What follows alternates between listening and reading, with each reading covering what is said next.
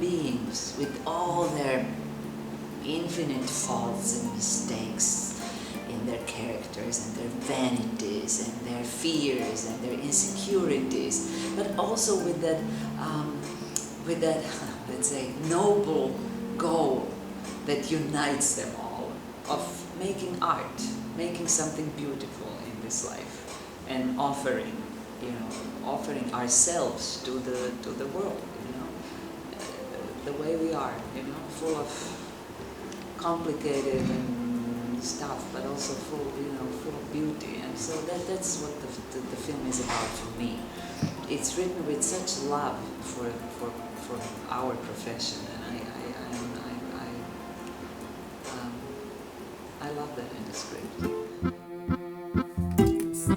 It brings me back to my former life when I was part of a company, when I worked regularly in a theater. I was a member for 13 years. I was a member of the Croatian National Theater. The war and my specific situation in that war destroyed all that, and I had to start my other life, my new life, and I lost many things. I lost that camaraderie between actors. I lost that feeling of belonging to the same, I mean, cause is not a good word, but to the same, that we are bound by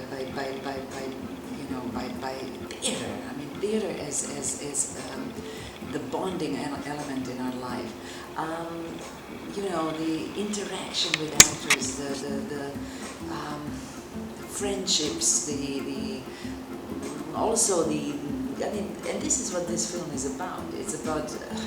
It's about relationships between actors, which also then becomes universal, or we hope so. It will become universal, and it will become a story about relationships between people, which go through lows and highs, and we fight and we hate each other and we are envious and we thought we are so much better than the other, and so on and so forth. But then in the end, when we come on stage and act together and do something good and create a little bit of art, or this moment where things click, and when they're truthful and when they're powerful and strong and have an emotion, all is forgotten and we are happy.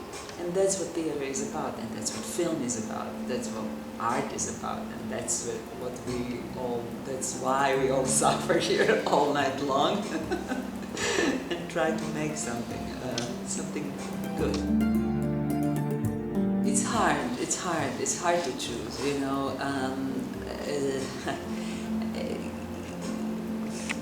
The thing with film that is unbeatable is that it has intimacy that you cannot achieve, or that it's very hard to achieve in a theater.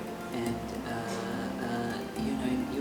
you're alone with that eye of the camera, which looks inside of you very deep and sees everything.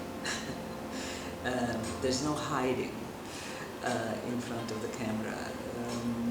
It goes so deep, and you become transparent, and that's the beauty of film acting. On the other hand, theater is where an actor is his or her own boss. You're the ruler. You make the rules. You're there. Nobody can cut you out. Nobody can shoot your scenes so that your eyes are completely invisible and you will shed many tears and your emotion is there, but nobody will see it because you're not lit properly and the cameraman just didn't care, and so on and so forth. You depend on so many more things that are completely outside of your control as an actor in film. In theater, you depend on yourself. Theater can also be incredibly grueling. When a play doesn't work, when it doesn't click, however good you personally are, it becomes pure torture because you have to do it again and again and again. And there's nothing you can do. A theater director once told me, being in a performance is like, in a theater performance, it's like, you go to one chest of drawers and open one drawer, there's nothing in it. Open the other one, nothing in it. Open the third, nothing happens, And if you're lucky, in one of those drawers will be that something, that moment which will then rise above and make theater what it should be. I can't really answer your question. I hope I won't be in that situation with a gun to my head. You answer? But if somebody puts a gun in my head, I'll let you know what I decided. I mean, that's always in the air, and that's always a question for us. And we life,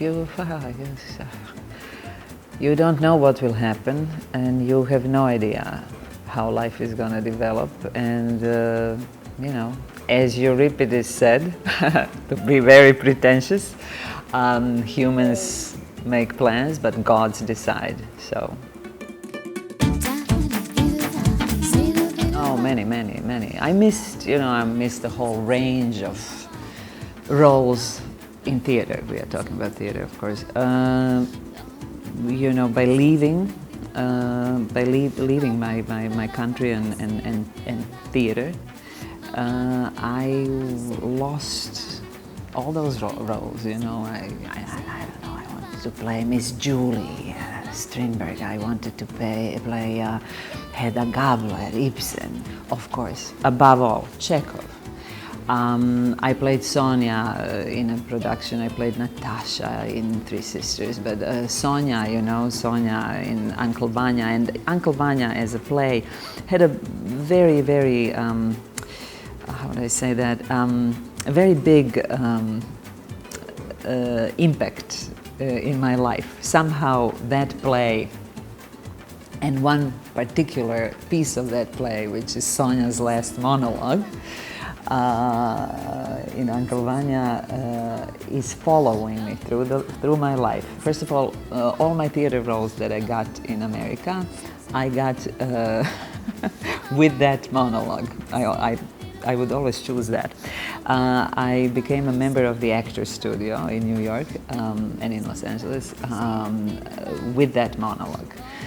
And that monologue I put at the end of a play that I wrote that had the premiere in Belgrade in April.